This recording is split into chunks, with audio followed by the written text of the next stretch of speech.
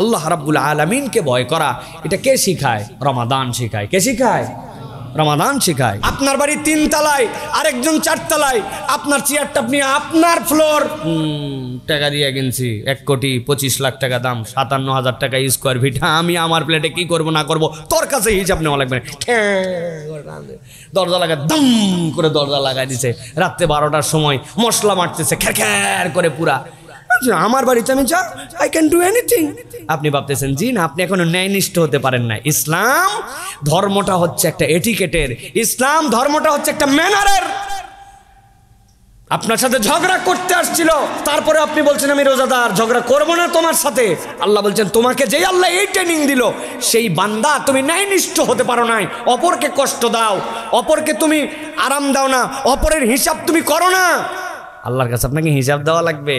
আপনি ফুলের গাছ একটা নিয়ে চলে আসছেন আপনার বারান্দায়, কে আপনারে আনতে বলছিল ফুলের গাছ? আপনি মনে করছেন এটা আমি পারলো, ও তো অর্থ সূত্র ছিল মাটিতে থাকবে, কিন্তু আপনি উঠাই নিয়ে আসছেন, পানি দেন না, পানি না দিয়ে আপনি মেরে ফেলছেন আপনার গাছটাকে। একটা মানুষ যদি কোরআন সুন্নাহর আলোকে নিজের রমাদানকে হৃদয়ে ধারণ করতে চায় এবং নিজের রমাদানকে সফল করতে চায়, তাহলে এমন 11টি গুণাগুণ আছে যেই গুণাগুণ বান্দা যদি নিজের মধ্যে নেয়, রমাদান এটা তাকে শিখায়, তাহলে সে একজন জান্নাতি মানুষ হিসাবে আল্লাহর কাছে পরিগণিত হবে। গুণাগুণ কয়টা? 11টা। প্রত্যেকটি রমাদান আমাদেরকে ট্রেনিং দিয়ে দিয়ে আমাদেরকে এই গুণওয়ালা বানানোর জন্যই মূলত রমাদান আমাদের কাছে এসেছে। আমরা কোরআনুল কারীমের 11টা আয়াতে কারিমা থেকে এই 11টি গুণাগুণ এবং একটি বোনাস, সব গুণাগুণকে যেটি শাইনিং করবে, সব গুণাগুণকে যেটি উজ্জ্বল করবে, সব গুণাগুণকে যেটি আলোকিত করে আরো বেশি ব্রাইট করবে, এরকম একটি গুণাগুণ। সুতরাং 11টা গুণাগুণ সাথে আরেকটা ব্রাইটনেস, রমাদানের মধ্যে এই প্যাকেজ যদি আমরা নিতে পারি, ইনশাআল্লাহ আমাদের প্রত্যেককে আল্লাহ রাব্বুল আলামিন জান্নাতি হিসেবে কবুল করে নেবেন। আজকে আমরা সংক্ষিপ্ত সময়ে এই বিষয়গুলি শোনার জন্য চেষ্টা করব। সাথে সাথে এগুলি যদি আমাদের মধ্যে না থাকে তাহলে সেগুলি ধারণ করার জন্য চেষ্টা করব। কেননা রমাদান আমাদের কাছে এজন্য আসে নাই যে আমি কেবল না খেয়ে থাকবো, আমি কেবল পানাহার বাদ দিব, এইটুকুর জন্য রমাদান আসে নাই। রমাদান আসছে আমাকে পরিবর্তিত মানুষ বানিয়ে জান্নাতের উপযুক্ত করার জন্য।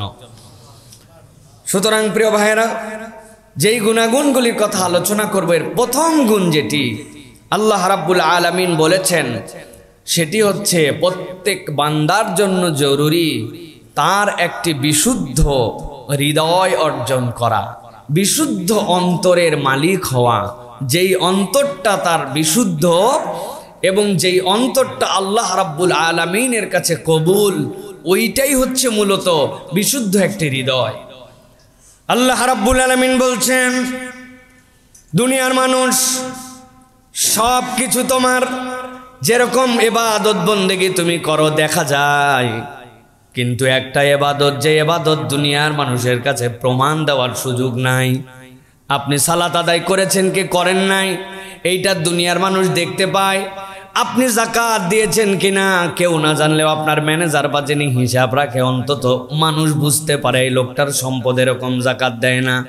আপনি দুনিয়ার বুকে যদি হজ করেছেন কি করেন নাই আপনার যেরকম এটি দেখা যায়, কিন্তু একমাত্র ইবাদত হচ্ছে সিয়াম। আপনি যদি স্বীকার করেন আপনার থেকে যে আপনি সিয়াম আছেন, কারো প্রমাণ করার সুযোগ নাই আপনি সিয়াম নাই। আর আপনি যদি নিজে নিজে ওইটা ভেঙে ফেলেন, দুনিয়ার মানুষের কাছে প্রমাণ নাই যে আপনি ভেঙেছেন কি ভাঙেন নাই। এই রমাদান আপনাকে একটা বিশুদ্ধ হৃদয় দান করে, যেই হৃদয় কেবলমাত্র আল্লাহর জন্য কাজ করে।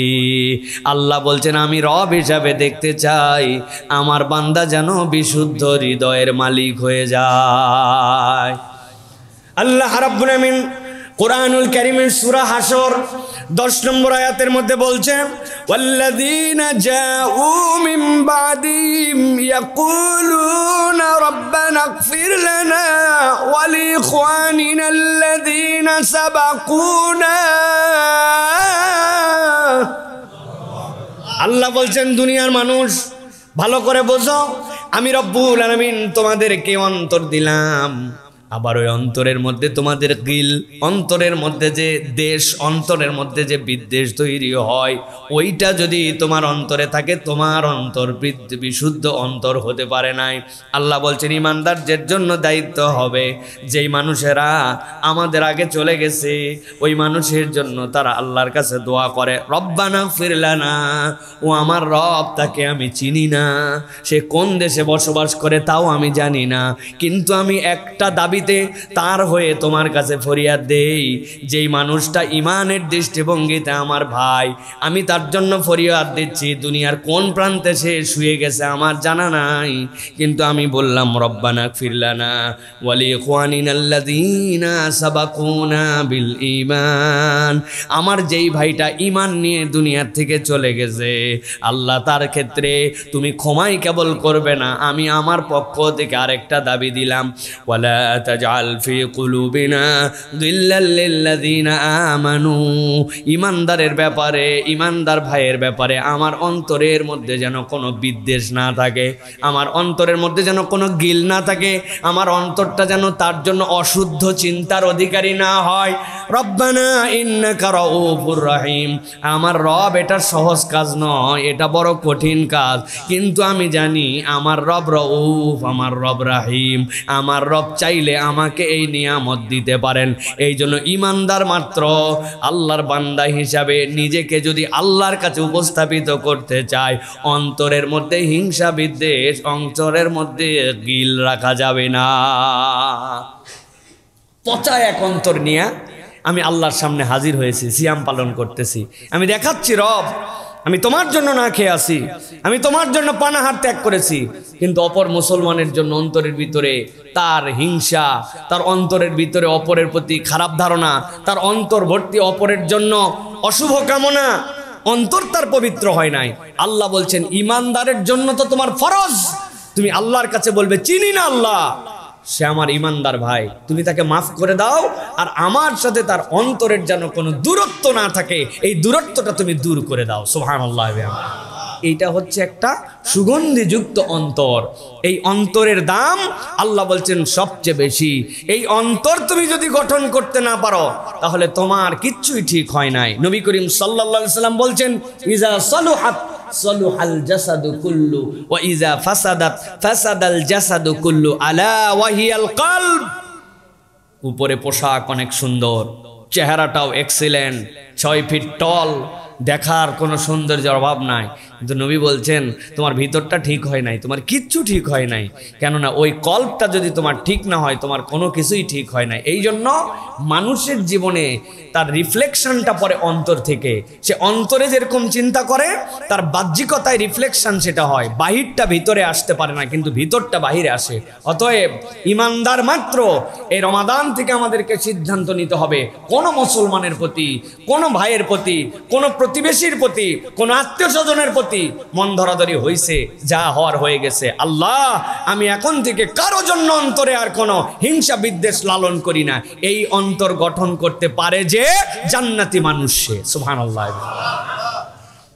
আর এই দোয়াটা সকলের জন্য করতে হবে।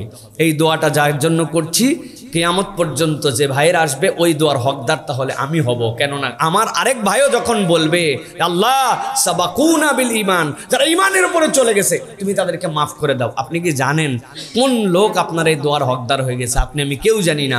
অতএব আমি যদি এই দোয়াটা আমার জীবনেও মৃত্যুর পরে পেতে চাই তাহলে এই দোয়াটা সকলের জন্য করতে হবে। আল্লাহ যেন আমাদেরকে তৌফিক দান করেন। তাহলে 1 নম্বর হচ্ছে বিশুদ্ধ অন্তর, মনে থাকবে তো ইনশাআল্লাহ। অন্তর অশুদ্ধ এইটা নিয়ে চলবে না প্রিয় ভাইরা। আমরা কথায় কথায় হিংসা, আমাদের অনেক মা বোনেরাও আছে এখন বিভিন্ন পারিপার্শ্বিক বিষয় নিয়ে হিংসা করে। একজন অমুকের সন্তানটা একটু ভালো স্কুলে চান্স পাইছে, তার রেজাল্টটা একটু ভালো হয়েছে, অমুকের ড্রেসটা সুন্দর, তার ফ্ল্যাটটা কিনা হয়ে গেছে, তাদের একটা নতুন গাড়ি হয়ে গেছে, সহ্য করতে পারে না। এরকম আছে না ভাই? আছেন? সহ্য হয় না, জলে, খালি ভিতরে জলে। এই জন্য আপনার অন্তরে হিংসা বিদ্বেষ আছে কিনা এইটার একটা থার্মোমিটার আছে পরীক্ষা করার জন্য, সেটা হচ্ছে অপরের কল্যাণ দেখে আপনার ভিতরে যদি একটু অস্বস্তি হয়, একটু কেমন কেমন লাগে, তাহলে বুঝবেন আপনার মনের মধ্যে এখনো ঝামেলা আছে। আর আপনার মন বিশুদ্ধ কিনা বুঝবেন অপরের যতই কল্যাণ হোক, আপনি বলেন আলহামদুলিল্লাহ দিল থেকে, ওইটা কেউ দেখতে পায় না কিন্তু আপনি জানেন, সাথে সাথে কামনা করেন আল্লাহ আমার ভাইকে আরো দাও আর আমাকেও তার সাথে দাও, তোমার ভান্ডারে তো কম নাই। এটা হচ্ছে ইমানদারের দাবি হবে। আর ইমানদার যদি উল্টাটা করে তাহলে ওইটা তার জন্য কোনো কল্যাণ নিয়ে আসবে না, উল্টা তার জন্য ওটা বিপদের কারণ হবে, কেননা তার সব ঠিক কিন্তু অন্তরটা দুর্গন্ধওয়ালা। তাহলে আমাদের অন্তরকে পরিষ্কার করতে হবে, মনে থাকবে তো ইনশাআল্লাহ। 2 নম্বরে আল্লাহ রাব্বুল আমিন বলছেন দুনিয়ার মানুষ সিয়ামের মাধ্যমে যে শিক্ষাটা অর্জন করে ওইটা তার পুরা জীবনের জন্য দরকার, সেইটা হচ্ছে সবর। আল্লাহ রাব্বুল আলামিন কোরআনুল কারীমের মধ্যে বলছেন ইয়া আইয়ুহাল্লাযীনা আমানুসবিরু ওয়া সাবিরু ওয়া রাবিতু ওয়াত্তাকুল্লাহা লাআল্লাকুম তুফলিহুন। আল্লাহ ডাক দিয়ে বলছেন ইমানদার, তুমি যদি ইমানের উপরে আল্লাহর কাছে ইস্তেকামত থাকতে চাও, তুমি যদি আল্লাহর কাছ থেকে রিওয়ার্ড পেতে চাও, রব্বুল আলামিন বলছেন ইমানদারদের জন্য দায়িত্ব হচ্ছে আল্লাহ রব্বুল আলামিনের সন্তুষ্টির উপরে সবর করা। যে ইমানদারের জীবনে সবর নাই, ওই ইমানদারের জীবনে আসলে ইমানের পূর্ণতা নাই। এই জন্য সালাফরা বলছে একজন ইমানদার মৌলিকভাবে 2টা দিকে তাকে সবর করতে হয়, একটা হচ্ছে সবরুল উলিয়া, আরেকটা হচ্ছে সবরে সুগরা। মনে রাখবেন সবরে সুগরা আমাদের জীবনে আছে, অসুখ হয়ে গেছে তারপরে আল্লাহর প্রতি অসন্তুষ্ট হই নাই, রব্বুল আমিন ভালো করে দিবেন, সন্তানটা আমার অত ভালো রেজাল্ট করতে পারে নাই, তাও রব্বুল আমিনের প্রতি আমি সবর করে আছি, আমার রব হয়তো কল্যাণকর কিছু করে দিবেন, দোকানে ব্যবসায় লস হয়ে গেছে, কামাই রুজি নাই, তারপরে আল্লাহর প্রতি সন্তুষ্ট আছি, এইটা হচ্ছে সবরে সুগরা। কিন্তু সবরে উলিয়া হচ্ছে আল্লাহর বিধান যেটা আপনার সামনে এসেছে, আপনি দুনিয়া একদিক হয়ে যেতে পারে কিন্তু আপনি কোনো অজুহাতে কোনো কারণ দেখায় আল্লাহর বিধান থেকে আপনি কখনো বাইপাস করেন না, আল্লাহর বিধান থেকে আপনি দূরে সরে যান না। একটুখানি মিথ্যা বললেই ব্যবসাটা হয়ে যেত, বিক্রিটা হয়ে যেত, একটুখানি যদি সুদে টাকা ধার নিতাম তাহলে আর একটু পুঁজিটা বেড়ে যেত। ও চিন্তা করছে সুদ হারাম, মিথ্যা হারাম, আপনি হাজার প্রচেষ্টা করার পরেও সে সবর করে থেকে গেছে, আমার আল্লাহর বিধানের উপরে আমি আছি, আমি আমার আল্লাহর হুদুদকে অতিক্রম করি না। মূল সবর হচ্ছে এইটা, বান্দা যত প্রতিকূল অবস্থায় হোক আল্লাহ রাব্বুল আলামিনের হুকুমকে অমান্য করে না, ওইটার নাম কি সবর। কঠিন ক্ষুধা, আমি বাথরুমের ভিতরে গেছি, যাওয়ার পরে শাওয়ার ছেড়ে দিছি, শাওয়ার ছেড়ে দেওয়ার পরে পানি অত অ্যাক্টিং করেও খাওয়া লাগে না, নাকের উপর দিয়ে চলে যাচ্ছে, আমি 2বার খালি খাইয়ে নিছি, কি সমস্যা? দুনিয়ার কেউ তো দূরের কথা, নিজেও বুঝতে পারি নাই যে 2 ঢোক মেরে দিছি আমি, কিন্তু বলতেছে না না না আমি আল্লাহর জন্য সবর করে আসি, কষ্ট হোক কেউ না দেখুক, আমার রব দেখতেছে। রমাদান বলতেছে তুমি যে আল্লাহর জন্য হাজার তৃষ্ণার পরে পেট ভিতরে ডাকাডাকি, আপনাদের পেট ডাকে কিনা জানি না, ওরে ডাকাডাকি সন্ধ্যার পরের থেকে পেট চিন্তা করে আমার খাদ্য দাও, আমার খাদ্য দাও, চো চা কো কা করে না ভাই, হা হা। বলতো তুমি যত ডাকো কাজ হবে না, আমার আল্লাহ বলছেন খাওয়া যাবে না, সূর্য ডুববে তারপরে খাওয়া, এটা হুদুদুল্লাহ। আল্লাহ বলছেন তুমি যেরকম এই সবর করো ওই রকম তোমার জীবনে প্রত্যেকটা ক্ষেত্রে আল্লাহর বিধানে তুমি যদি সবর করো তাহলে রমাদানের শিক্ষা তোমার মধ্যে আসছে। প্রিয় ভাইরা, এই জন্য আল্লাহ রাব্বুল আলামিন বলছেন সবর করো। এই জন্য সবর আলা তাআত, সবর আলাল মাআসি আর সবর আলাল মানাজির, 3টা ক্ষেত্রে সবর আছে। আপনি গুনাহ থেকে বেঁচে থাকার সবর করেন, আরেকটা সবর করেন আল্লাহ রাসূলের ইতাআতের সবর, আরেকটা হচ্ছে নিজের অন্তর যা চায় সেটা নয়, আল্লাহ যেভাবে চান ওইটার উপরে সবর করাই। সবর এই 3টা জায়গায় আছে আমাদের জীবনে। আমরা যদি এই সবর করি তাহলে আল্লাহ রাব্বুল আলামিন আপনার আমার জন্য এই রমাদানকে শিক্ষাকে গ্রহণ করে জান্নাতে যাওয়ার কারণ ঘটাই দিবেন। সুবহানাল্লাহ বলেন। তাহলে আজকে আমরা গুনাগুন শুনতেছি কয়টা? 11টা। কয় নম্বর গেছে? 2টা। 3 নম্বরে রমাদান আপনাকে কি শিখায়? রমাদান আপনাকে বিশ্বস্ততা দেয়।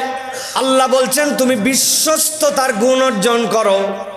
আল্লাহ রাব্বুল আমিন কোরআনুল কারীমের মধ্যে বলছেন সূরা নিসা 58 নম্বর আয়াত, আল্লাহ বলছেন ইন্নাল্লাহা ইয়া'মুরুকুম আন তুআদ্দুল আমানাতি ইলা আহলিহা ওয়া ইযা হাকামতুম বাইনান নাসি আন তাহকুমু বিল আদল ইন্নাল্লাহা নি'মা ইয়া'iযুকুম به إن الله كان سميعا بصيرا।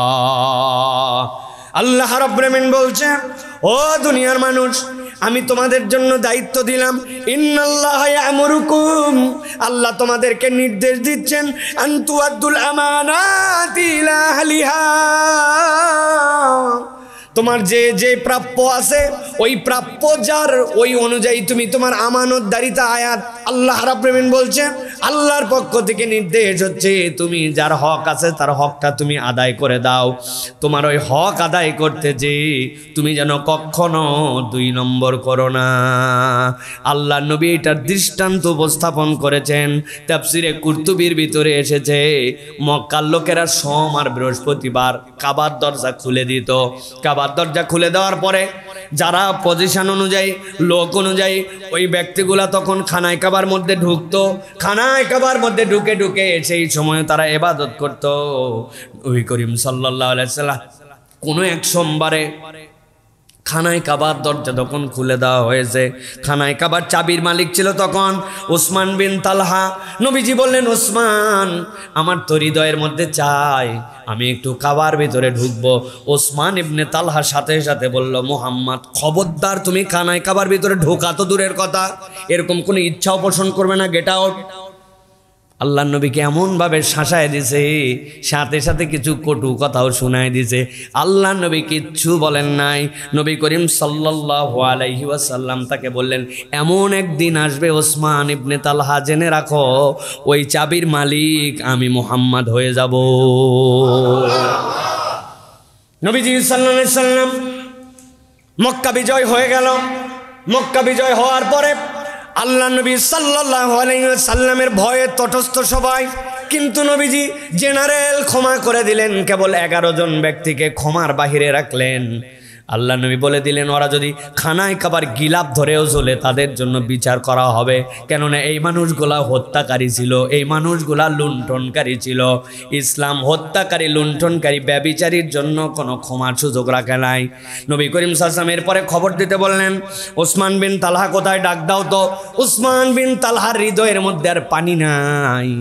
মুহাম্মদ সাল্লাল্লাহু আলাইহি ওয়াসাল্লামকে খানায় কাবায় ঢুকতে তো দেই নাই, উল্টা আবার তাকে গালাগাল করেছিলাম। আল্লাহ নবী বলেন, চাবিটা দাও তো ওসমান। উপায় নাই, আর নবীজির হাতে দিয়ে চাবি দিয়ে দিয়েছে। আল্লাহ নবী বললেন, ওসমান, তোমাকে ক্ষমা করে দেওয়া হলো, তোমাকে মাফ করে দেওয়া হলো।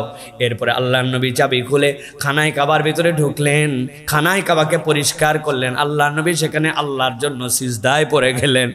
আল্লাহ নবী সাল্লাল্লাহু আলাইহি ওয়াসাল্লাম সিজদা থেকে উঠলেন। দীর্ঘ সময় পরে যখন বেরিয়ে আসলেন, আসার পরে হযরতে আবু বকর, হযরত ওমর, হযরত ওসমান, হযরত আলী সবাই তাকায় আছেন। খানায় কাবার যে চাবি, এইটার একটা ইজ্জত আছে। আর খানায় কাবার চত্বরে হাজিরা যারা আসে তাদেরকে জমজমের পানি খাওয়ানো, এইটার একটা ইজ্জত আছে। এই দুইটা নিয়ামতের মালিক যে মক্কার বুকে তারা বিশাল বড় ফাঁপড় নিয়ে চলাফেরা করে। মক্কা থেকে যখন রিহলাতুশ শিতাই ওয়াস সাইফ, একটা ইয়ামেনের সফর হতো, আরেকটা সফর হতো ওই তুরস্কে, আরেকটা সফর হতো। ওই মানুষগুলা যখন রওনা দিতেন, আল্লাহ রাব্বুল আলামিন কোরআনুল কারীমের মধ্যে বলেছেন, এরা 2 দফা 2 দিকে সফর করার জন্য যেত। সিরিয়ায় যেত আর ইয়ামেনে যেত। সুযোগ পাইলে জোর যার মুল্লুক তার ডাকাতি করে তাদের সম্পদ নিয়ে নিত। কিন্তু যেই না কুরাইশ কাফেলাকে কোনো ডাকাত এসে ধরতো, সাথে সাথে তারা বলতো, আমাদেরকে ধরার তোমার অধিকার নাই, কেননা হাজিদেরকে আমরা পানি খাওয়াই। এই কথা শুনলে ডাকাতরাও তাদেরকে ছেড়ে দিত না, এরা সম্মানিত। এখন যেই মানুষরা ইসলামের জন্য এত ডেডিকেটেড, এত বেশি ইসলামের জন্য অবদান রেখেছেন, সবাই তাকায় আছেন। আল্লাহ নবী তো খানায় কাবার থেকে বের হয়ে দরজার চাবি লাগাইছেন দিলেন, চাবিটা এখন যে পাবে তার সম্মান বেড়ে যাবে। আল্লাহর নবী ডাক দিলেন, ওসমান ইবনে তালহা এবং তার বংশের লোকেরা কোথায়? তারা চিন্তা করছে খানায় কাবায় ঢোকার আগে নবীজি কিছু বলে নাই, এখন ভিতর থেকে বেরিয়ে আসছে। ওই দিন তাকে কেবল ঢুকতেই দেই না এরকম নয়, খারাপ ব্যবহার করেছিলাম, যা ইচ্ছা তাই আচরণ করেছিলাম। এখন তো আল্লাহ নবী কেবলমাত্র ওসমান বিন তালহাকে ডাকে নাই, সাথে সাথে সব তার বংশের লোককেও ডেকেছে। উপায় নাই, আজকে ফতে মক্কার পরে আল্লাহ নবীর উপরে একটা কথা বলবে এরকম কারো শক্তি নাই। আল্লাহ নবীর কাছে সকলে যখন কাজুমাজু করে আসছে, আল্লাহ নবী হাতের চাবিটা নিয়ে বলেন, ওসমান ইবনে তালহা এই চাবিটা তোমাকে দিয়ে দেওয়া হলো, কিয়ামত পর্যন্ত তোমার বংশের কাছে এই চাবিটা আমানত।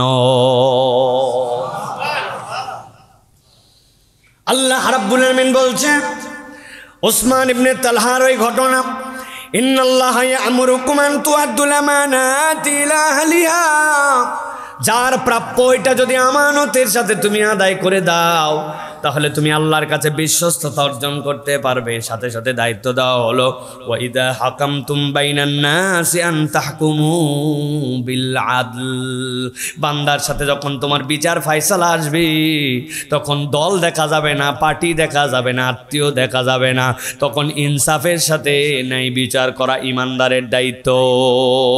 আপনার দলের লোক জামিন পায় আর আলেম ওলামা হইলে ওই লোক যদি আপনার বিরোধী হয় তাহলে তার জন্য জামিন হয় না, এরকম বিচারহীনতার সংস্কৃতি আমরা দেখেছি কিনা? দেখছি কিনা? আল্লাহ রাব্বুল আলামিন বলছেন, ইন্নাল্লাহা নি'মা ইয়াযুকুম বি, আল্লাহর উপদেশ কতই না সুন্দর। আল্লাহ নিজেই বলছেন, আল্লাহ বলছেন, ইন্নাল্লাহা কানা সামিআম বাসীরা, আল্লাহ বলছেন, ও বান্দা তুমি যা করো না কেন আর তুমি যা বলো না কেন সব কিছুর জন্য সর্বদ্রষ্টা এবং সর্বশ্রোতা হচ্ছেন আল্লাহ। দুনিয়ার কেউ যা দেখে না তা দেখে কে? দুনিয়ার কেউ যা শোনে না তা শোনার ক্ষমতা আছে কার? আল্লাহ এই জন্য বলছেন, আল্লাহ তোমাকে কতই না সুন্দর উপদেশ দিচ্ছেন, তুমি খবরদার বিশ্বস্ততা হারায়ো না। আপনার আব্বা মারা যাওয়ার সময় আপনি বড় ভাই, আপনি মেজো ভাই আপনাকে বলে গেছে জমি জমাগুলো ইনসাফ মতো বন্টন করে দিস। আপনার বোনটা মরার বয়স হয়ে গেল, আপনার মরার বয়স হয়ে গেল, আজ পর্যন্ত ভাইরা বোনের জমি দেয় নাই। এরকম টাটকা মুসলমান, টাটকা রোজাদার আছে না ভাই? কারা তারা? হাত তোলেন দেখে একটু। আপনি জমি দেন নাই? প্রিয় ভাইয়েরা, আমাদের মধ্যে এরকম মুসলমান আছে। তাহলে রমাদান আপনাকে বিশ্বস্ততা বানানোর শিখালো। আপনি কেবল পানাহার আর খাওয়া থেকে বিশ্বস্ত হলেন, কিন্তু আপনি জমি জমা দেওয়াতে বিশ্বস্ত হলেন না, আপনি ইনসাফ করলেন না। নবীজির কাছে একজন সাহাবী আসছে, আসার পরে বলছে, ইয়া রাসূলুল্লাহ হাযা ইবনি, এটা আমার ইবনি, আর এর জন্য আমি একটা গোলাম রেখেছি, তাকে আমি অনেক মহব্বত করি। নবীজি বললেন, আল্লাহ কাওয়ালাক, তোমার কি আর কোনো সন্তান আছে? বলে নাম ইয়া রাসূলুল্লাহ। বলে তুমি কি তাদের জন্য গোলাম দিয়েছো? বলে না। বলে শোনো, হয় এর গোলাম ত্যাগ করাও অথবা সকল সন্তানকে গোলাম দাও। তুমি তোমার সন্তানের মধ্যে একই মায়ের পেট থেকে আসার পরে তোমার টান অন্তরে থাকতে পারে, কিন্তু প্রকাশের ক্ষেত্রে তুমি বেইনসাফ করতে পারবে না। আল্লাহু আকবার! কি পরিমাণ আল্লাহ রাসূল সাল্লাল্লাহু আলাইহি সাল্লাম এটা দায়িত্ব দিয়েছেন, কিন্তু আমরা বিশ্বস্ত হতে পারি নাই। তাহলে আমাদেরকে বিশ্বস্ত হতে হবে। রমাদান আমাদেরকে বিশ্বস্ততার শিক্ষা দেয়। এটা হচ্ছে আমাদের জন্য 3 নম্বর। 4 নম্বরে ক্ষমা এবং ইহসান। যদি কেউ আল্লাহর কাছ থেকে ক্ষমা পেতে চায় তাহলে ক্ষমার গুণ অর্জন করতে হবে আর ইহসানওয়ালা হতে হবে।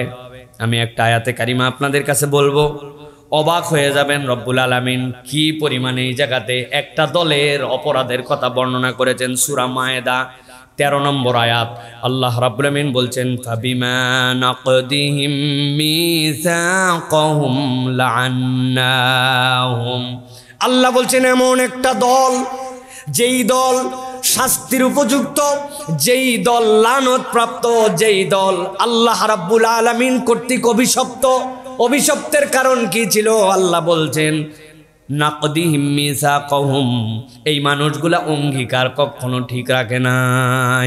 আল্লাহর কাছে ওয়াদা করছে একটা, আর ওয়াদা ভঙ্গ করত, এই কারণে আল্লাহর শাস্তিপ্রাপ্ত। গভীর মনোযোগে খেয়াল করেন, টপিকের নাম হচ্ছে ক্ষমার ইহসান।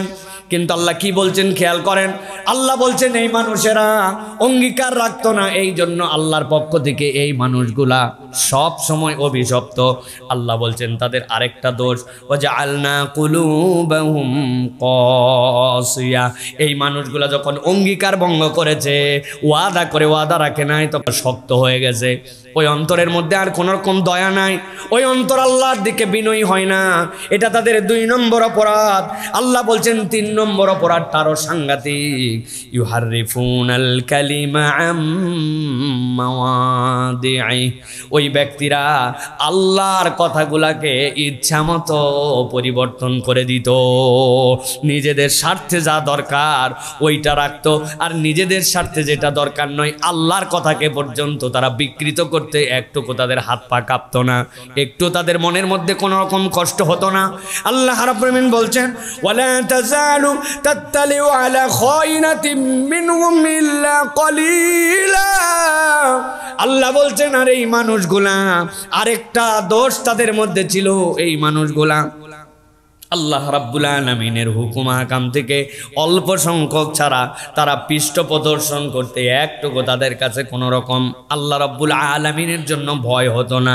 আল্লাহ বলছেন এই মানুষ, যেই মানুষেরা অভিসম্পাদপ্রাপ্ত অঙ্গীকার থেকে দূরে থাকে, যেই মানুষদের অন্তরগুলা শক্ত হয়ে গেছে, আল্লাহর কথাগুলাকে বিকৃত করে, যেই মানুষগুলা আল্লাহর বাণীকে পৃষ্ঠ প্রদর্শন করে, অল্প সংখ্যক বাদে বুঝার পরেও তারা সেখান থেকে সরে আসে।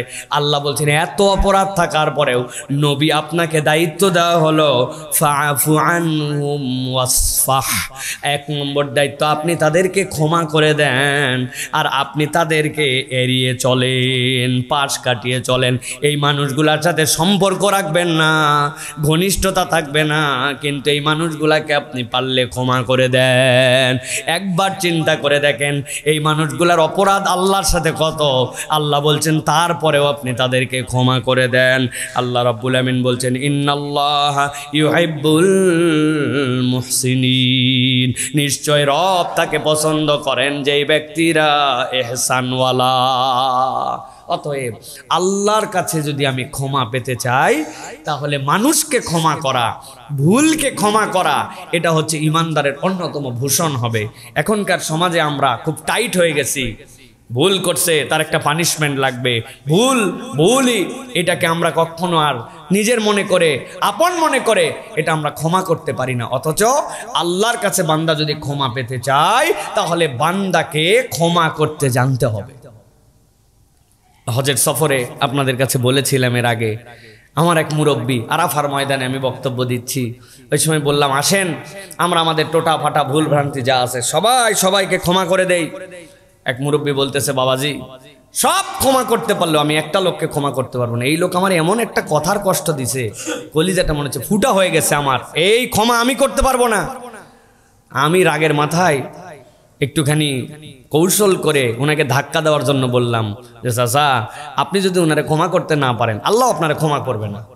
কথা হচ্ছে আল্লাহ যে কারে ক্ষমা করবে আর করবেন এটা বলার আমি কে, কিন্তু আমি বোঝানোর জন্য বলছি যে আমার কত ছোটবেলার ভুল, বড়বেলার ভুল, আমার কত জানা ভুল, অজানা ভুল, ইচ্ছায় ভুল, অনিচ্ছায় ভুল, আল্লাহর কাছে আমার ভুলের পাহাড়। আর একটা লোক আমার কাছে একটা কথা দিয়ে কষ্ট দিছে, আমি তারা ক্ষমা করতে পারি না, তো এত ক্ষমা আমি কোত্থেকে পাবো? ওই মুরব্বীর দিলের মধ্যে কথাটা ধাক্কা লাগছে। সে খানিকক্ষণ পর চোখ দিয়ে পানি পরে বলছে, বাবাজি যাও, ওরেও মাফ করে দিলাম। আমি বললাম ইনশাআল্লাহ আল্লাহ আপনারা মাফ করে দিবে। প্রিয় ভাইয়েরা, রব্বুল আলামিন আপনাকে আমাকে ক্ষমা করতে চান, কিন্তু তার জন্য আমাকে ক্ষমাশীল চরিত্র হতে হবে আমার মধ্যে, এইটা আল্লাহ রব্বুল আলামিন দেখতে চান। আল্লাহ বলছেন এই জন্য ইন্নাল্লাহা ইউহিব্বুল মুহসিনিন, আল্লাহ ওই ব্যক্তিকে পছন্দ করেন যে ইহসানওয়ালা, আমার দিল ভর্তি ইহসান থাকবে, আমার দিল ভর্তি সব সময় দরদ থাকবে। আল্লাহ বলছেন এই দরদি দিল, ক্ষমাকারী দিল, এই ব্যক্তিকে আল্লাহ রাব্বুল আলামিন মাফ করে দেন। সুবহানাল্লাহ ওয়া বিহামদিহি। এই যে আমাদের রমাদান শাহরুল মুয়াসাত, এটা আমাদেরকে সহমর্মিতা শেখায়। আরেকজনের কষ্ট কি, আরেকজনের ক্ষুধার জ্বালা কি, আরেকজনের দুনিয়ার বুকে চলাফেরার কষ্ট, এই কষ্টটা কি, তৃষ্ণার কষ্টটা কি, এটা আপনাকে হৃদয় দিয়ে অনুভব করায়। ভাই একটা কথা সত্যিকার, আপনার দিল ঠান্ডা তো সব ঠান্ডা। কি ভাই, আপনার দিল ঠান্ডা, ট্রিলিয়ন ট্রিলিয়ন টাকার মালিক, তুরস্কের মধ্যে ভূমিকম্প হয়েছে, বাড়ি ছিল তার 27টা, প্রতিটাতে 25টা করে ইউনিট, সবগুলা শেষ। পরের দিন সকালবেলা যেই লোক তার কাছে ভিক্ষা করতে আসতো প্রত্যেক দিন, রুটির একটা বেকারি ছিল ওই ব্যক্তির, ওই লোকও যে ভিক্ষুক সেও যেখানে এসে ত্রাণের জন্য দাঁড়াইছে, ওই 25 ফ্ল্যাটের মালিক সেও ওখানে এসে ওই একটা রুটির জন্য দাঁড়াইছে। আল্লাহ দুইজনের একদম সামনে পিছে দাঁড় করায় দিয়েছেন। বলে বোঝানোর উদ্দেশ্য হচ্ছে যে পেট হচ্ছে আসল ভাই। ওই লোক যদি মনে করতো আমার তো অনেক টাকা ছিল, যা গেছে গেছে, অথবা আমার না খেলেও চলে, চলবে না। আর যে লোক ভিক্ষুক সেও যদি চিন্তা করে তারও চলবে না, পেট। এই জন্য আল্লাহ রাব্বুল আমিন আপনাকে আমাকে শিখাচ্ছেন যে তুমি শাহরুল মুআসাতে ইহসান ওয়ালা হও। তোমার দিলে যদি ইহসান থাকে তাহলে আল্লাহ রাব্বুল আমিন তোমাকে জান্নাতি হিসেবে কবুল করবেন। আপনার কাছে রমাদান পার হয়ে গেল, আপনি ক্ষমাও করতে শিখলেন না, আপনি ইহসানওয়ালা হইলেন না। আল্লাহ তো দোয়াই শিখাইছেন যে হে বান্দা তুমি আমার কাছে দোয়া করো, আল্লাহুম্মা ইন্নাকা আফুউন তুহিব্বুল আফওয়া ফাআফু আন্নি। আল্লাহ আমার অপরাধের শেষ নাই, তুমি আমাকে ক্ষমা করো। আর জানি আল্লাহ তুমি না ক্ষমা করা পছন্দ করো, আল্লাহ অতএব আমাকে তুমি মাফ করে দাও। যেই রব ক্ষমা করা পছন্দ করে তার কাছে আমি মাফ চাচ্ছি, আর আমি কাউকে ক্ষমা করি না, তাইলে কেমনে হইল ভাই? এই জন্য আমাদেরকে ক্ষমার গুণ অর্জন করতে হবে। আল্লাহ যেন আমাদেরকে তৌফিক দান করেন। 5 নম্বরে বিনয়। 5 নম্বর কি? আল্লাহ রাব্বুল আমিন বলছেন সূরা শুআরা 215 নম্বর আয়াতের মধ্যে বলছেন মানুষ মাত্রই বিনয়ী হবে। আল্লাহ নবীকে আল্লাহ বলছেন ওয়াকফিদ জানাআকা লিমানিত্তাবাআকা মিনাল মুমিনিন। একটা মুরগি যেরকম বাচ্চা দেওয়ার পরে আকাশ দিয়ে যদি চিল চলে যায়, উপর দিয়ে যদি কাক চলে যায়, মুরগির মা কেমন করে যেন একটু শব্দ করে, বাচ্চাগুলি সব ডানাগুলা বের করে দেয়, বগলের মধ্যে চলে আসে, পেটের নিচে চলে আসে, ছোট্ট ছোট্ট ঠোঁটগুলি কেমনে কেমনে জানি পালকের ভিতর দিয়ে বের করে দেয়, মা আবার ঠোঁটগুলা দিয়া ঠোকা দিয়ে দিয়ে ভিতরে ঢুকায় দেয়। ওই মুরগির ছানাগুলি যেরকম চিল থেকে কাক থেকে বেঁচে যায়, আল্লাহ বলছেন ও আমার হাবিব, ও আমার নবী মুহাম্মদুর রাসূলুল্লাহ সাল্লাল্লাহু আলাইহি সাল্লাম, আপনাকে আমি দায়িত্ব দিলাম, আপনি আপনার ডানাগুলা ইমানদারদের জন্য রহম করে বিছায়া দেন। নবী করিম সাল্লাল্লাহু আলাইহি ওয়াসাল্লাম তো মানুষ, কিন্তু তাকে উদাহরণ দেওয়া হয়েছে আপনি আপনার ডানাগুলা। তার মানে আপনি আপনার অ্যাক্টিভিটিস, আপনি আপনার দিল, আপনি আপনার আচরণ, আপনি আপনার যাবতীয় কাজগুলি এমনভাবে সেট করেন ইমানদার যেন আপনার থেকে বিনয় পায়, ইমানদার যেন আপনার থেকে নিরাপত্তা পায়। আফসোস আর আফসোস, এখন ইমানদারের কাছে ইমানদার নিরাপদ নয়, ঠিক না ভাই? ভয় যে কারে টাকা ধার দিলাম, আল্লাহ মাইরেই দেয় কিনা, আর দেয় কিনা, এই টেনশন আছে না ভাই? হ্যাঁ, সব মুসলমান আমরা এখন এই বিনয় থেকে বেরিয়ে আসছি। আমাদের মধ্যে বিনয়ের আচরণ নেই, আমরা এমন ক্রুয়েল হার্ট হয়ে গেছি যে আমাদের মধ্যে বিনয়, এমনকি ফ্যামিলির সাথে নাই, বাচ্চা কাচ্চার সাথে নাই, কোনো জায়গায় আমাদের মধ্যে বিনয় নাই। যে যত বেশি উগ্র, যে যত বেশি রাগী, যে যত বেশি বদমেজাজি, সে তত বেশি পার্সোনালিটিওয়ালা, এরকম একটা ভাব আমাদের মধ্যে চলে আসছে। অথচ বিনয়ী হওয়া, নম্র হওয়া, হযরত আয়েশা সিদ্দিকা রাদিয়াল্লাহু তাআলা আনহা থেকে বর্ণনা আসছে, তিনি বলছেন যাকে বিনয় দেওয়া হয়েছে এই পৃথিবীর সব সে পেয়ে গেছে, আর যার মধ্যে লজ্জা দেওয়া হয়েছে সে ইমানের সব পেয়ে গেছে। যার লজ্জা আছে তার ইমান আছে, যার বিনয় আছে তার দিন তার সাথে আছে। সুবহানাল্লাহ। অতএব প্রিয় ভাইয়েরা, আমাদেরকে বিনয়ী মানুষ হতে হবে। আপনাকে সিয়াম কিভাবে বিনয়ী বানাচ্ছে খেয়াল করেন। আপনার সাথে কেউ গন্ডগোল করতে আসছে, আপনি বলবেন ভাই আমি রোজাদার, ভাই আমি তোমার সাথে ঝগড়াঝাটি করবো না, ভাই দোষ যার হয় হোক, কিন্তু আমি তোমার সাথে ঝগড়াতে নাই, তোমার সাথে গন্ডগোলে নাই। এই প্র্যাকটিস না সিয়াম আপনাকে শিখিয়েছে, কিন্তু আমরা তো রোজা থেকে এখন ক্ষুধা পেটে আর এদিকে মাথা গরম, আরো ডবল গরম আমাদের মধ্যে। না ভাই, আগে কিল দিত না, এখন কিল দেওয়ার জন্য উঠে যায়। ওরে বাবারে বাবারে, এত গরম আমাদের মধ্যে। অতএব আপনাকে ট্রেনিং দিচ্ছে যে আপনি সবচেয়ে, সেনাবাহিনীর মধ্যে বলা হয় হার্ড ট্রেনিং সহজ যুদ্ধ। আপনি যত বেশি ট্রেনিংটা কঠিন করবেন তত বেশি যুদ্ধ আপনার জন্য সহজ হবে। আপনি যদি ট্রেনিংয়ে ছাড় দেন তাহলে যুদ্ধে জিততে পারবেন না। এখন আপনার ট্রেনিং, আরে বেটা এমনি তো পেট ভরা থাকলে এমনি মেজাজ ঠান্ডা থাকে, এখন পেট ফাঁকা, লম্বা দিন, গরম, আরেকজন আবার চেতাইছে, এখন না তোমার পরীক্ষা দেওয়ার কথা, তুমি তো পেট পেট ভরা, পরিবেশ ভালো, ভদ্রলোক সবগুলা, না তোমার গন্ডগোলের পরীক্ষা কি? এখন না পরীক্ষা দিতে হবে তোমার, যে তোমার ক্ষুধার জ্বালায় অস্থির, তৃষ্ণায় বুক ফেটে যাচ্ছে, লোক উল্টা পাল্টা তারপরেও কথা বলতেছে, চাইলে আমি কিল লাগাই দিতে পারি না, কিন্তু আমি সিয়াম আছি, আমি ট্রেনিং নিচ্ছি। আল্লাহ বলছেন এই বিনয়ের ট্রেনিং তুমি যদি নিতে পারো তো বিনয় হচ্ছে জান্নাতি মানুষের গুণাগুণ। সুবহানাল্লাহ। 6 নম্বরে আল্লাহ রাব্বুল আমিন বলছেন সূরা ইব্রাহিমের 7 নম্বর আয়াতের মধ্যে, দুনিয়ার মানুষ তুমি যদি রব্বুল আলামিনের কাছে, আল্লাহর কাছে তুমি যদি গ্রহণযোগ্য হতে চাও, রব্বুল আলামিনের কাছে প্রিয় পাত্র হতে চাও, আল্লাহ বলছেন তাহলে তোমাকে শুকরগুজার বান্দা হতে হবে। যার জীবনে শুকরিয়া নাই তার জীবনে আসলে রবের কাছে উপস্থাপন করার মতো কিছুই নাই। আল্লাহ কোরআনে বলছেন وَإِسْتَأْذَنَ رَبُّكُمْ لَئِنْ شَكَرْتُمْ لَأَزِيدَنَّكُمْ وَلَئِنْ كَفَرْتُمْ إِنَّ عَذَابِي لَشَدِيدٌ। শতবার আপনাদের কাছে বলেছি, আল্লাহ রাব্বুল আমিন এই আয়াতে কারিমা উম্মতে মুহাম্মাদির জন্য দেন নাই। এই আয়াতে কারিমা ছিল মূসা আলাইহিস সালামের কওমের জন্য, যেই কম 1 বছর 2 বছর নয়, হাজার হাজার লাখ লাখ তাদের পুরুষ সন্তানকে মেরে ফেলা হয়েছে, তাদের নারীগুলাকে তারা দাসী বানিয়ে রেখেছে, তাদের কোনো সামাজিক মর্যাদা ছিল না, তাদের কোনো সম্মান ছিল না। ওই মানুষগুলাকে আল্লাহ রাব্বুল আমিন নিজ কুদরতে ফেরাউনের কবল থেকে মুক্ত করলেন। আল্লাহ রাব্বুল আমিনের কুদরত দেখায়া তাদেরকে সমুদ্র পার করে দিলেন। একটা রাস্তা দিয়ে নয়, 12টা রাস্তা দিয়ে পার হয়ে গেল, ওই পারে উঠে গেল। উঠে যাওয়ার পরে পিছনে তাকায় বলতেছে, মুসা পার তো হয়ে গেলাম কিন্তু রাস্তা তো আর নষ্ট হয় নাই, ওই রাস্তাতে তো ফেরাউনও আসতেছে, কেমনে পার করায় কি লাভ হলো বলো তো? এত বেশি এরা উদ্যত, এত বেশি গাফেল। আল্লাহ ওইটার মধ্যে ফেরাউনকে চুবায় মেরে ফেললেন। এরপরে মূসা আলাইহিস সালামকে বলতে বললেন, বলো বলো তোমার কওমকে যে তোমরা যদি এখন আল্লাহর কৃতজ্ঞ হও আল্লাহ নিয়ামত বাড়ায় দিবেন, আর যদি আল্লাহর অকৃতজ্ঞ হও জেনে রাখো আল্লাহর আযাব বড় কঠিন। ওই যে মূসা আলাইহিস সালামকে পার করা হলো, এরপরে মূসা আলাইহিস সালাম বলেন চলো এখন সবাই মিলে আমরা বাইতুল মুকাদ্দাস এইটাকে উদ্ধার করে এরপরে আমরা ক্ষান্ত হব। যেই রব আমাদেরকে এত বড় মুক্তি দিলেন, ফেরাউনের 8 লক্ষ লোককে সমুদ্রের তলায় চুবায় মেরে ফেললেন, সাথে সাথে তারা বলতে শুরু করলো আমাদের হাতে এত সময় নাই, কেবল আমরা একটু আরাম পাইছি, তুমি আর তোমার আল্লাহ যায় যুদ্ধ করো, আমাদের যুদ্ধে যাওয়ার সময় নাই। নাউজুবিল্লাহ। আল্লাহ মরুভূমির মধ্যে তাদেরকে ফালালেন, ফালাই এমন একটা সার্কেলের মধ্যে ঢুকাই দিলেন। 40 বছর এক জায়গায় খালি ঘুরছে আর ঘুরছে, ঘুরছে আর ঘুরছে, বের হতে আল্লাহ দেন নাই। ওই 40 বছর একটা প্রজন্মকে আল্লাহ ধ্বংস করে দিয়া তাদের উত্তরাধিকার যারা তাদেরকে বিশুদ্ধ রূপে তৈরি করে তারপরে আল্লাহ রাব্বুল আমিন বাইতুল মুকাদ্দাসকে বিজয় করেছেন। কিন্তু ওদের এই অকৃতজ্ঞতার কারণে আল্লাহ ছোট্ট একটু জায়গার মধ্যে 40 বছর তাদেরকে ঘুরাইছেন। আল্লাহ বলছেন ওই রব তোমাদেরকে বলছেন লা ইন শাকারতুম লাযিদান্নাকুম ওয়া লা ইন কাফারতুম ইন্না আযাবি লাশাদীদ।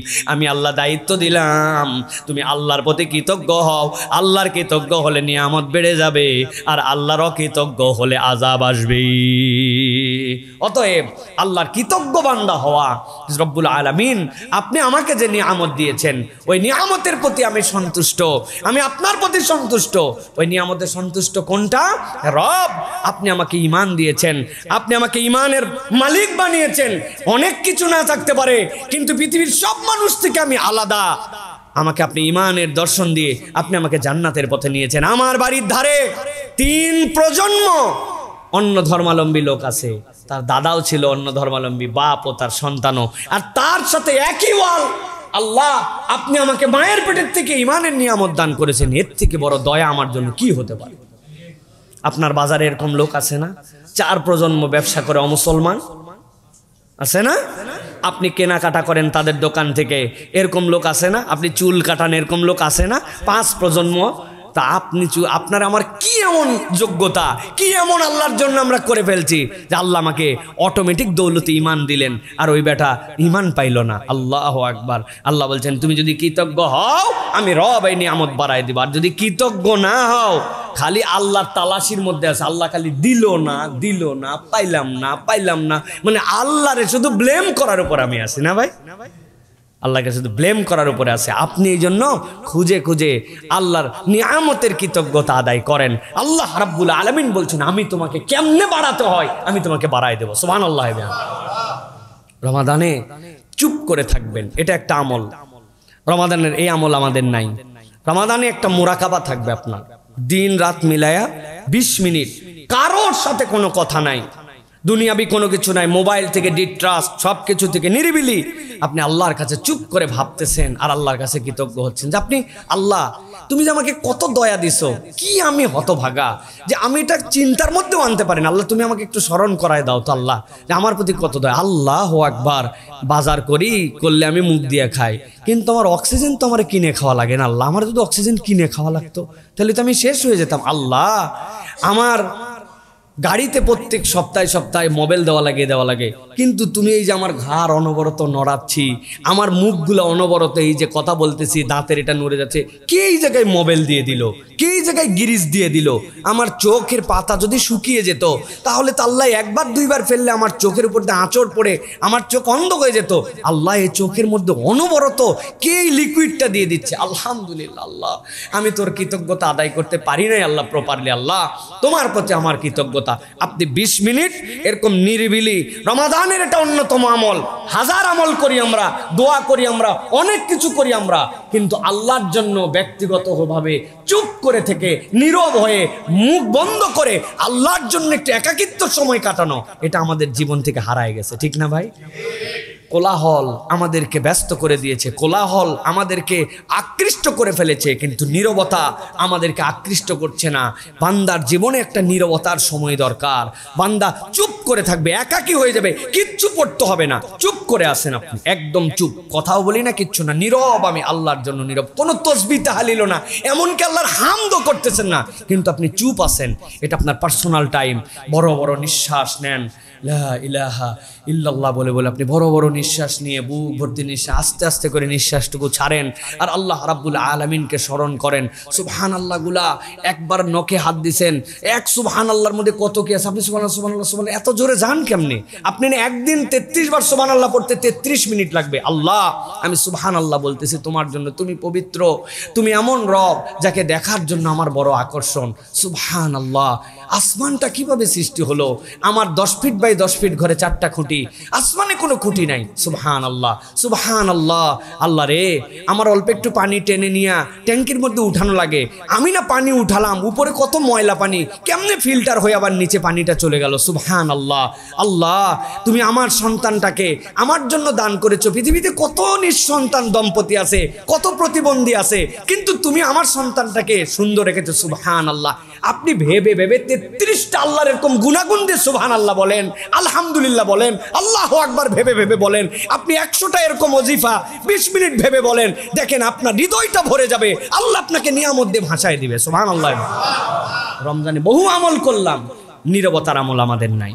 অতএব এই নীরবতা, আল্লাহর জন্য চুপ করে যাওয়া, ভেবে ভেবে আল্লাহর জন্য একটুখানি মনে মনে আল্লাহকে কৃতজ্ঞতা জানানো, এটা হচ্ছে আল্লাহর পক্ষ থেকে আপনার আমার নিয়ামত প্রাপ্তির অন্যতম একটা অনুষঙ্গ হবে। আল্লাহ আমাদেরকে তৌফিক দান করেন।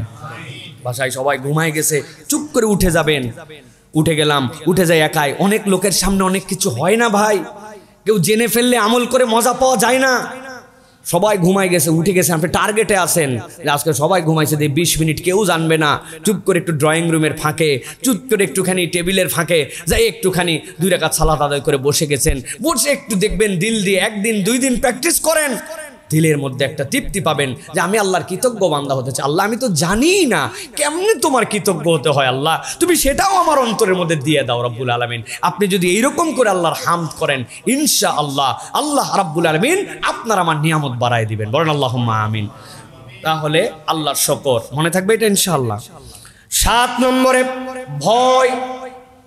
সিয়াম আপনাকে ভয় শিখায়। বান্দাকে আল্লাহ ভয় করতে বলেছেন। আল্লাহ বলছেন লা তুকাতিলুনা কওমান নাকাসু আইমানাহুম ওয়া হাম্মু বিইখরাজির রাসূলি ওয়া হুম বাদাউকুম আউওয়ালা মাররা। আল্লাহ বলছেন কি হলো তোমাদের, যেই মানুষেরা প্রতিশ্রুতি ভঙ্গ করে তাদের সাথে তোমরা যুদ্ধ করবে। প্রতিশ্রুতি যদি কেউ ভঙ্গ করে, তোমাদের সাথে যে চুক্তি ছিল চুক্তি যদি ভঙ্গ করে, তখন ইমানদার তাদের সাথে আল্লাহর হয়ে যুদ্ধ করবে। আল্লাহ বলছেন ওয়া হাম্মু বিইখরাজির রাসূল, কত দুঃসাহস তাদের, তারা আমার রসুলকে এই কাবা থেকে বের করে দিয়েছে। ওয়া হুম বাদাউকুম আউওয়ালা মাররা, উস্কানিদাতা তারাই ছিল, মুসলমান কখনো উস্কানিদাতা হতে পারে না। আল্লাহ রাব্বুল আমিন বলছেন আতাখশাউনাহুম ফাল্লাহু আহাক্কু আন তাখশাউহু ইন কুনতুম মুমিনিন। দুনিয়ার কাউকে ভয় করার দরকার নাই, আল্লাহ বলছেন ভয় করার দিক দিয়ে তোমার রবই সবচেয়ে বড় হকদার, ঠিক কি না? তাহলে আমার প্রকৃত ভয় কার জন্য হবে? আল্লাহর জন্য। প্রকৃত ভয় কার জন্য?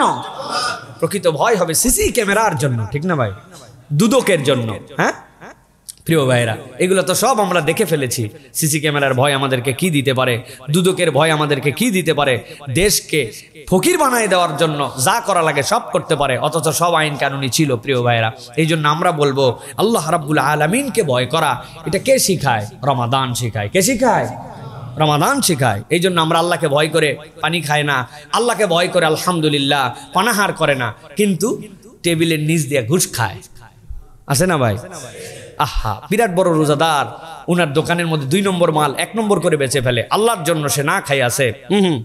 ইফতার করায় আবার আমার দোকানে ইফতারে কোনো হিসাব, কোনো খরচ আমি হিসাব করি না, সবাইরে খাওয়াই, যে আছে তারই খাওয়াই, কিন্তু উনি মসুরের ডাল দেশি বইলে বিদেশিটা 2 নম্বরটা বিক্রি করে। আছে না ভাই? সোয়াবিন তেলের বোতলগুলা নিজের মতো সরায় রেখে সিস্টেম করে বান্দাদেরকে কষ্ট দেয়। উনিও রোজাদার, উনি আল্লাহকে ভয় করে, তাই তো না? উনি ভোক্তা অধিকারের ভয় একটু একটু করে, কিন্তু আল্লাহরে ভয় করে না। আল্লাহ বলছেন তোমার রোজার কসু তুমি বোঝো নাই, তোমার রোজার বুঝই হচ্ছে তুমি নিরেট আল্লাহকে ভয় করো। দুনিয়ার কেউ দেখলেও ভালো, না দেখলেও ভালো, ঠিক কি না? কিন্তু আমরা এই ভীতি অর্জনকারী মানুষ হতে পারছি না প্রিয় ভাইরা। তাহলে সিয়াম আমাদের জন্য প্রপার কাজ করবে না। তাহলে আমাদেরকে ভয় করতে হবে কাকে? এটাকে মুখে মুখে, এটা অন্তর থেকে ফিল করতে হবে যে আমি যে আল্লাহর ভয়ে খাই না, পানাহার করি না, চোখের গুনাহ করি না, আমি এই অপরাধ থেকে বেঁচে থাকার চেষ্টা করি, ওই রব তো আমাকে সবসময় দেখে রে ভাই। তাহলে আমি কেমনে ওই রবকে ফাঁকি দেওয়ার জন্য চিন্তা করলাম? কেমনে আমি চিন্তা করলাম পার্সোনাল ঘরের মধ্যে আমি মোবাইলে গুনাহ করতে পারি, এটা কেউ দেখলো না, বাথরুমে গুনাহ করতে পারি, কেউ দেখলো না, দুনিয়ার মানুষ বাহিরে জানলো না, আমি ভিতরে একরকম রূপ নিয়ে চলাফেরা করতেছি, বাহিরে হুজুর, ভেতরে শয়তান। আছে না ভাই? আছে, প্রচুর আছে। কি আমরা আবার আছে কি জিনিস? আছে বললেই তো মজা, এই আছে বাদ দিচ্ছি আমি, আমরা আছে বাদ। 8 নম্বরে ন্যায় নিষ্ঠা।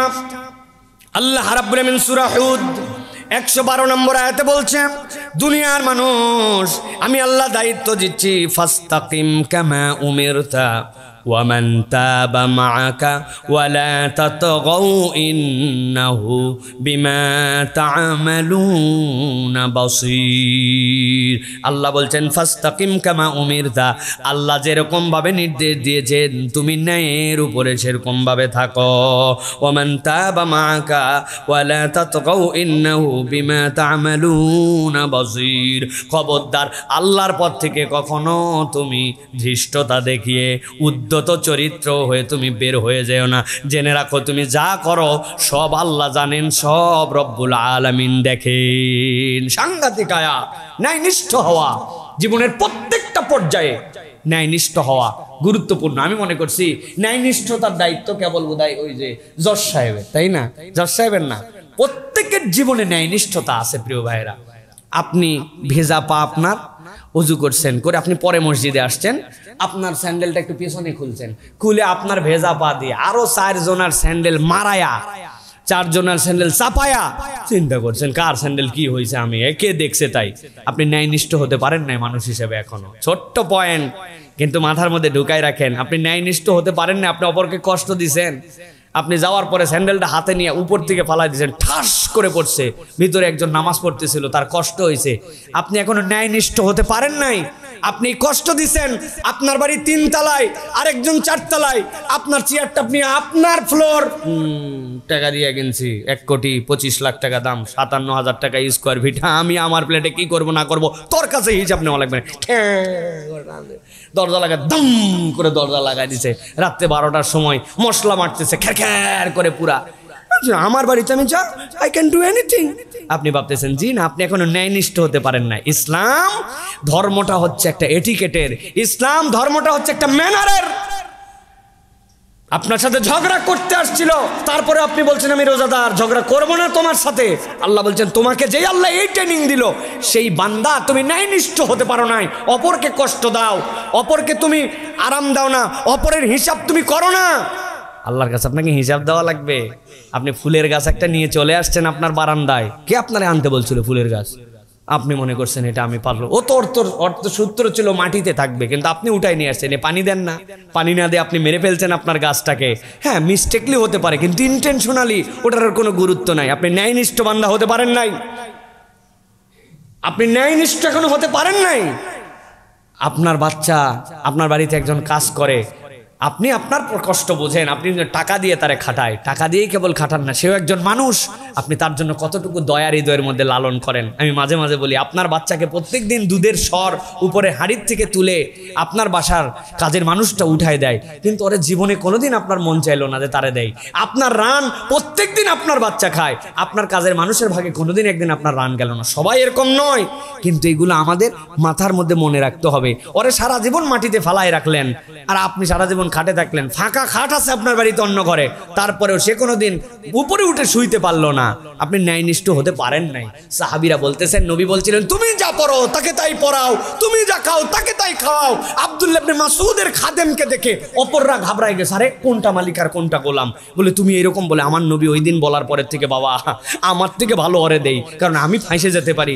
আল্লাহ আমার হিসাব আমাকে নাও নিতে পারেন, কিন্তু ওর জন্য যদি আমারে ধরেন, সুবহানাল্লাহ। ওইটা ছিল সাহাবীওয়ালা চরিত্র, ন্যায়নিষ্ঠ মানুষ ছিলেন তারা।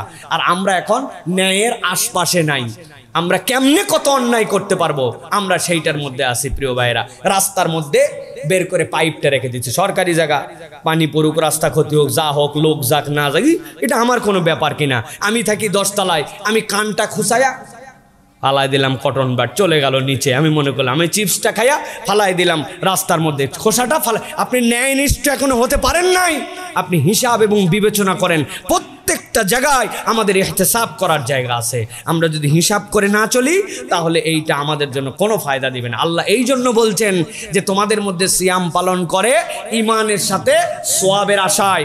সওয়াবের আশা কখন মানুষ করে? যখন হিসাব করে সে চলে, কোনটা করলে সওয়াব, কোনটা করলে গুনাহ। এই বিবেচনা করে চললে আল্লাহ অতীতের গুনাহ মাফ করে দেন। অতএব আমাদেরকে ন্যায়নিষ্ঠ হতে হবে, মনে থাকবে তো ইনশাআল্লাহ। 9 নম্বরে দয়া।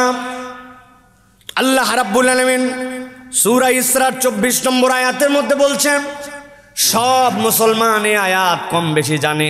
আল্লাহ বলছেন, ওয়াকফিদ লাহুমা জানাআদ যুল্লি মিনার রাহমা ওয়া কুর রাব্বিরহামহুমা কামা রাব্বায়ানি সগীরা। মানুষ, তোমার পিতা মাতা তোমার দয়ার জন্য সবচেয়ে বড় হকদার। বাপ মার জন্য যদি আপনার দয়া না থাকে, আল্লাহ বলছেন ওই ব্যক্তি আল্লাহর রহমত থেকে বঞ্চিত।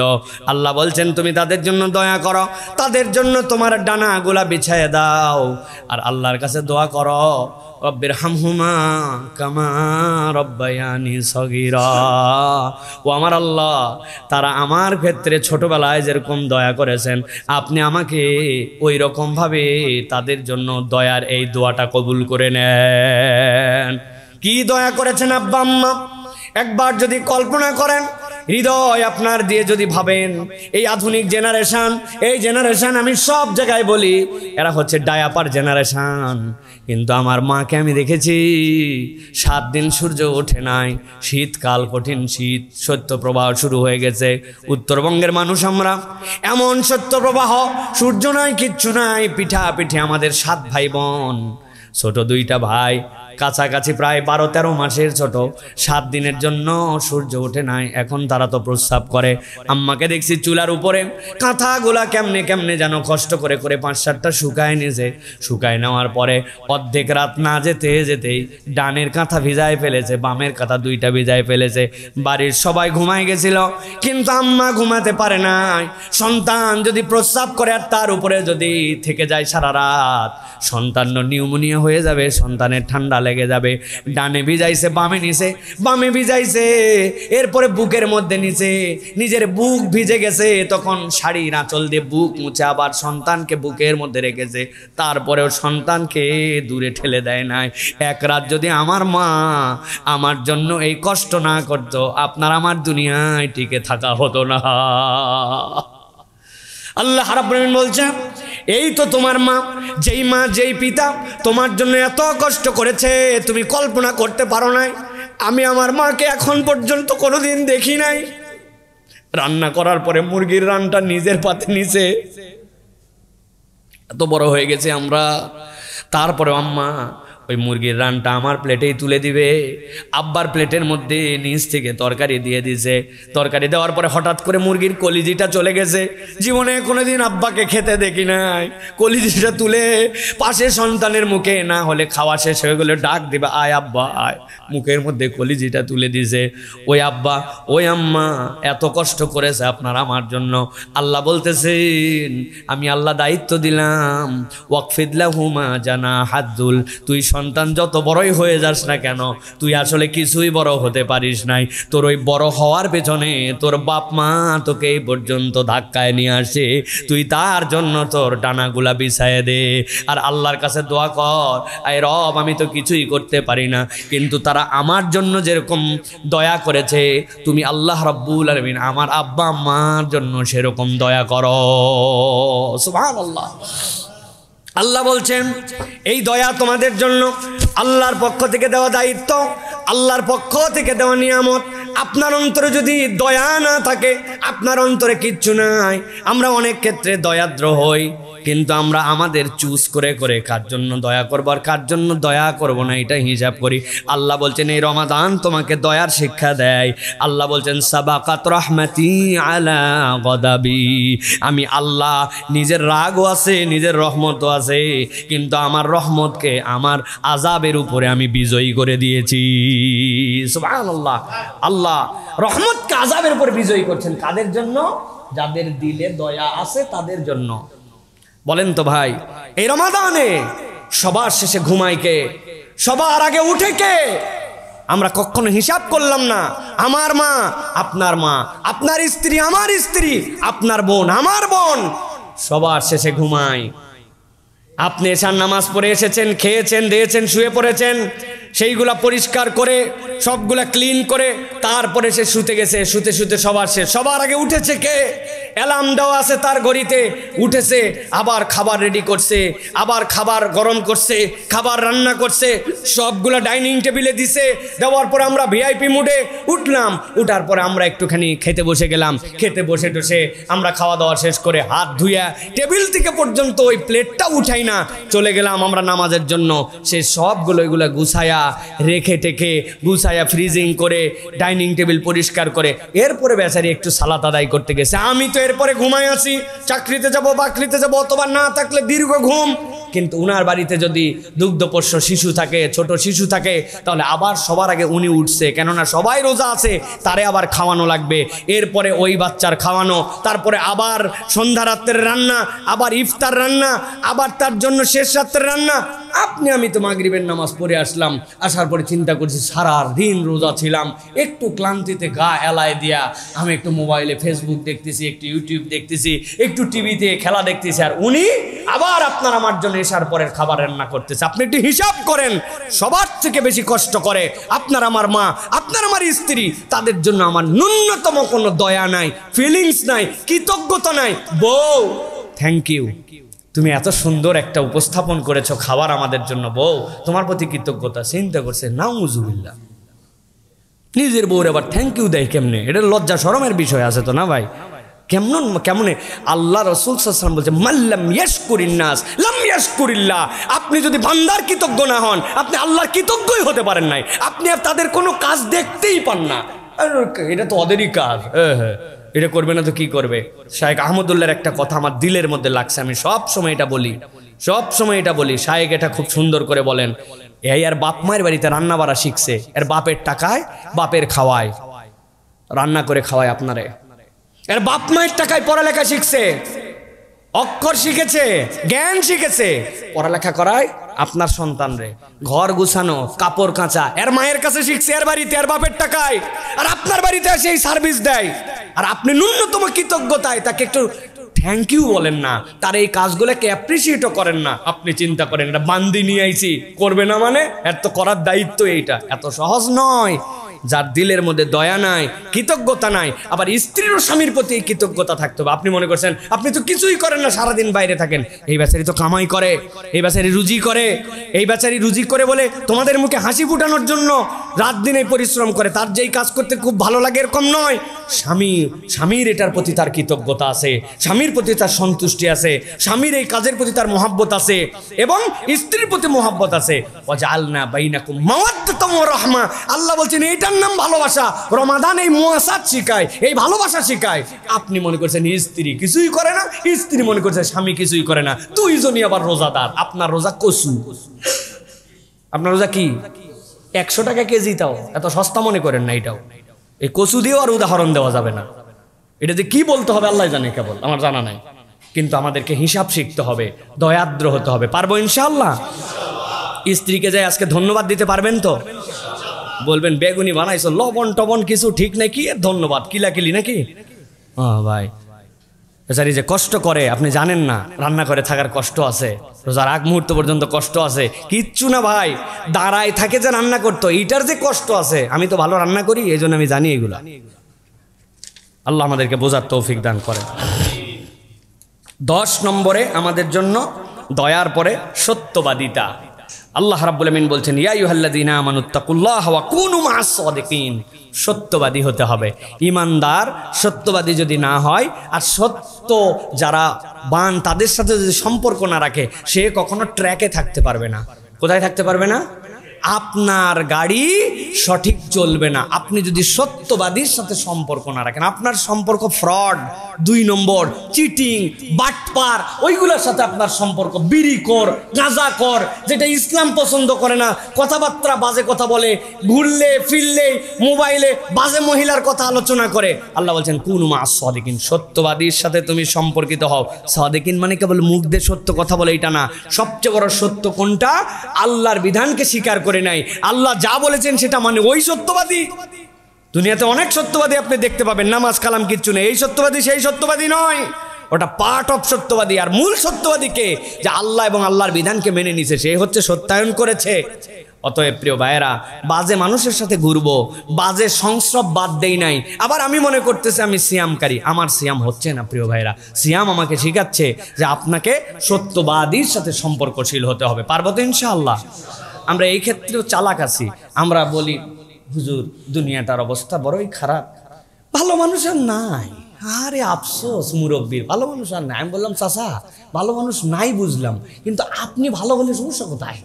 আপনি ভালো হলে তো আমি আপনারে খুঁজে পাই একজন ভালো মানুষ। নিজে ভালো হবে না, কিন্তু সারাদিন আফসোস, না আগে অনেক ভালো ছিল দিন দুনিয়া, এখন আর ভালো নাই। আছে না এরকম? এটা একটা ভণ্ডামো।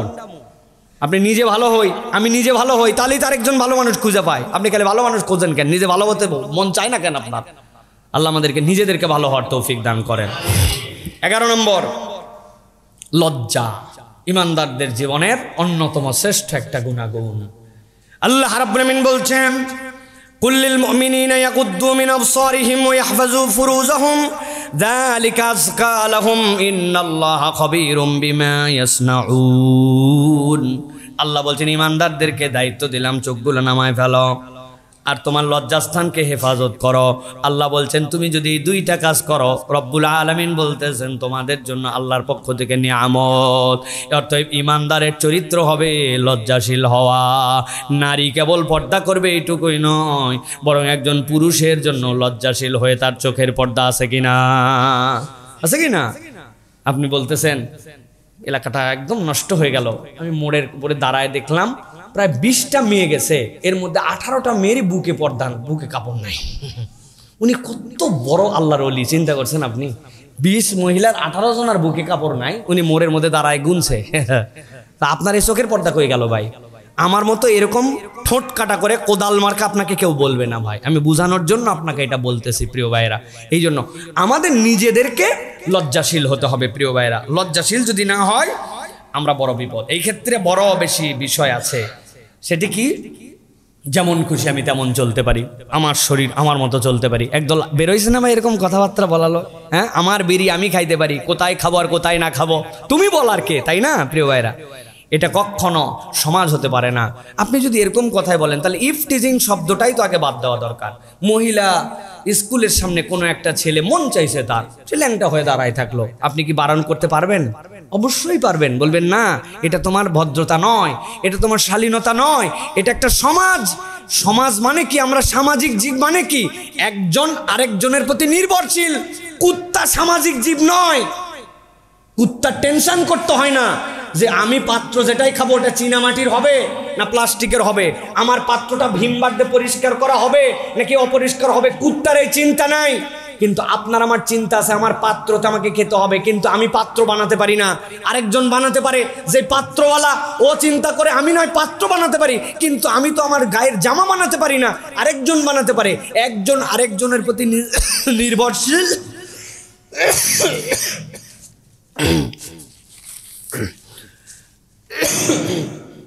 একজন আরেকজনের প্রতি নির্ভরশীল, এই জন্য আমরা সামাজিক জীব। এখন আপনি সামাজিক জীব হয়ে আপনি বলবেন আমি যেমন ইচ্ছা তেমন চলতে পারি, আমার ইচ্ছা আমি সম্পাদন করতে পারি, এটা কখনো সামাজিক জীবের দাবি হতে পারে না। এটা কাদের জন্য হতে পারে? যারা উচ্ছৃঙ্খল, যারা এই সমাজকে, এই সমাজের তাহজিব তামাদ্দুনকে প্রায়োরিটি দেয় না, এরা হচ্ছে সেই দল। এরকম একটি দল আমাদের সমাজে এখন প্রভাব বিস্তার করে অন্য কোনো দিক দিয়ে তো আর ফোঁসফাঁস করতে পারতেছে না। এখন অল্প একটু ফুটা পাইলেই ওই দিক দিয়ে একটুখানি বিষ বাইর করার চেষ্টা করতেছে। আছে কি না ভাই? আর কথায় কথায় মুসলমানদেরকে, ইসলাম মিশদেরকে তারা নানানভাবে কটু কথা বলে, নানানভাবে আমাদেরকে ব্যাকডেটেড বলে। আমরা বলি ভাই আমরা ব্যাকডেটেড, কিন্তু কোন পর্যন্ত? আমরা 1450 বছর আগে নবী যেখান থেকে আপডেট করে আমাদেরকে ক্লিক করেছেন ওইখান থেকে আমরা আপডেট। আর তুমি যে আপডেট হিসাব করতেছো ওই আপডেট এই কয়েকদিন আগেও, এই 1850-এর আগেও নারীর অধিকার আমেরিকার মতো জায়গাতেও ছিল না, সম্পদে অধিকার ছিল না। আর আমরা বেশি আপডেট না, তবে আমরা 1450 বছর আগে আমার নবী ওয়ারিসনামা নির্ধারণ করে গেছে। তোমার ভ্রূণ হত্যা অমুক হত্যার ক্ষেত্রে তুমি কেবল বলতেছো, আর আমার আল্লাহ নারীদের ইজ্জত দিয়ে 1450 বছর আগে ওইটাকে হারাম করে দিয়ে গেছেন। আমার আল্লাহ তুমি কেবল বলতেছো ইফটিজিং এর কথা, আমার আল্লাহ 1450 বছর আগে বলেছেন পুরুষ তোমার চোখকে নামাও। অতএব আপডেটেড শিক্ষা আমাদেরকে দিতে এসো না। তোমরা যদি আপডেট হতে চাও তাহলে ইসলামকে অনুসরণ করো, ইসলামের বাহিরে কোনো আপডেট কিচ্ছু পৃথিবীতে নাই, ঠিক না? তুমি বিড়ি খাবে রাস্তার মধ্যে খাও, কিন্তু তুমি এটা খাওয়ার পরে এটাকে গুরুত্ব নিবে না, সমাজকে এটাকে তুমি দায়িত্বের মধ্যে আনবে না, এটা কখনো হতে পারে না প্রিয় ভাইরা। এই জন্য আমাদের এই ব্যালেন্স করতে হবে। এটার নাম লজ্জা। যার মধ্যে লজ্জা নাই তার মধ্যে কিছু নাই, যার মধ্যে লজ্জা আছে তার মধ্যে সব আছে। প্রিয় ভাইরা আমরা এই যে আল্লাহর হুকুম হাকাম পালন করি, এই ক্ষেত্রে আমাদের লজ্জা লাগবে। যে আল্লাহ আমাকে খাওয়ান, যে আল্লাহ আমাকে দেখেন, আমি তার সামনে কেমনে অন্যায় করি? আপনার এই লজ্জা কিন্তু আপনাকে ইমানের দিকে নিয়ে যাবে। অতএব লাজুকতা মানুষের জীবনের অন্যতম নিয়ামত। লজ্জাহীন হয়ে গেলে সমাজ পশুর কাতারে নেমে যাবে। আমরা ইতিমধ্যেই দেখতেছি সমাজ পশুর জায়গায় চলে গেছে, ঠিক কিনা ভাই? আরে আমরা বিয়ে শাদী করার পরে বোরখালি বউ হাত ধরে অন্য জায়গায় গেলে ভিতরে অস্বস্তি হয় 5 জনের সামনে, আর কতকগুলো আছে কি আর বিয়ে শাদী কিসের কি, তারপরেও হাত ধরা তো দূরের কথা, যা ইচ্ছা তাই ধরে ফেলতেছে। তাহলে কুকুর আর তার মধ্যে পার্থক্য কোথায়? রাগ করলেন ভাই? আল্লাহ আমাদেরকে বোঝার তৌফিক দান করেন। 11টা গুণাগুণের কথা বলবো বলেছি, কয়টা বলেছি? 11টাই বলছি। আরেকটা বোনাস আছে, মনে আছে তো? 1 নম্বর হচ্ছে বিশ্বস্ত হৃদয়, 2 নম্বর আপনাদের কাছে কি বলেছি? সবর, 3 নম্বর বিশ্বস্ততা, 4 নম্বর ক্ষমা, 5 নম্বর বিনয়, 6 নম্বর শকর, 7 নম্বর ভয়, 8 নম্বর ন্যায়নিষ্ঠা, 9 নম্বর দয়া, 10 নম্বর সত্যবাদিতা, 11 নম্বর 12 নম্বর এবার বোনাস, সবগুলোর উপর শাইনিং।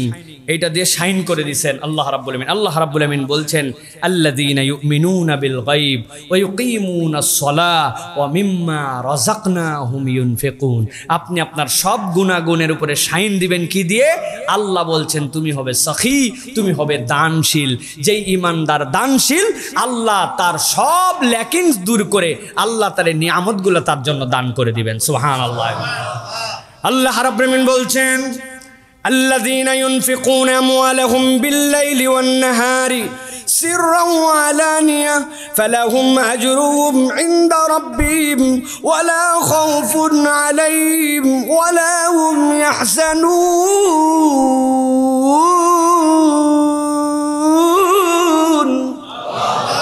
আল্লাহ বলছেন দুনিয়ার মানুষ তুমি চিন্তায় আছো, তুমি ভয়ে আছো, দুশ্চিন্তা তোমার রিজিক নিয়া, দুশ্চিন্তা তোমার ইজ্জত নিয়া, দুশ্চিন্তা তোমার বারাকা নিয়া, ভয় তোমার সম্পদ যেন নষ্ট না হয়ে যায়, ইজ্জত যে পর্যন্ত অর্জন করেছো এটা যেন নষ্ট না হয়, আমার সম্পদটা যেন নষ্ট না হয়।